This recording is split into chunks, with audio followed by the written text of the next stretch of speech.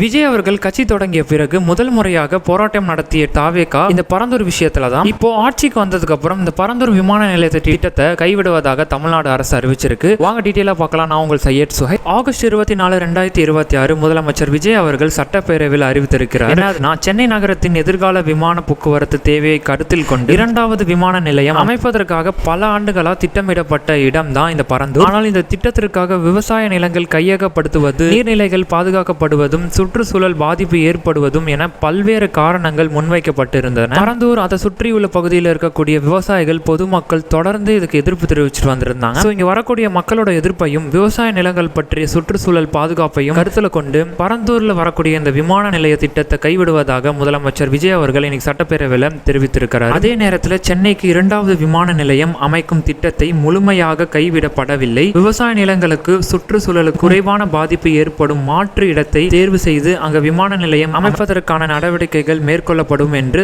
அரசு தெரிவிச்சிருக்காங்க. இந்த முடிவுக்கு எதிர்க்கட்சியான திமுக கடுமையாக எதிர்ப்பு தெரிவிச்சிருக்காங்க. முன்னாள் முதலமைச்சர் மு.க. ஸ்டாலின் அவர்கள் பரந்தூர் விமான நிலைய திட்டத்தை கைவிடுவது தமிழ்நாட்டு வளர்ச்சிக்கு மிகப்பெரிய பின்னடைவு ஏற்படும் என்று விமர்சித்துள்ளார். ஏற்கனவே பல ஆண்டுகளாக திட்டமிட்டபடி இருந்த பரந்தூர் இடத்தை மாற்றினால் புதிய இடத்தை தேர்வு செய்வது, சாத்தியக்கூறு ஆய்வுகள் நடத்துவதும், பல்வேறு அனுமதிகள் பெறுவதும் என மீண்டும் பல கட்ட நடவடிக்கைகள் மேற்கொள்ள வேண்டியிருக்கும். இதனால் விமான நிலைய திட்டத்தை மேலும் பல ஆண்டுகள் தாமதமாக என்றும் மு.க. ஸ்டாலின் அவர்கள் கூறியிருக்கிறார். இதனிடையே இந்த விவகாரத்தை குறித்து சட்டப்பேரவையில் விவாதித்து அனுமதி மறுக்கப்பட்டதாக கூறி திமுக சட்டமன்ற உறுப்பினர்கள் வெளிநடப்பு செய்தார்கள். அதனால் பரந்தூர் விமான நிலைய விவகாரம் இப்போது வளர்ச்சி மட்டுமல்லாமல் விவசாயிகளின் நலன், சுற்றுச்சூழல் பாதிப்பு, பல்வேறு கோணங்களில் முக்கிய விவாதமாக மாறியுள்ளது. இனி சென்னையின் இரண்டாவது விமான நிலையம் எந்த இடத்தில் அமைக்கப் போகிறார்கள் என்று அடுத்த மிகப்பெரிய கேள்வியா இருக்கும்.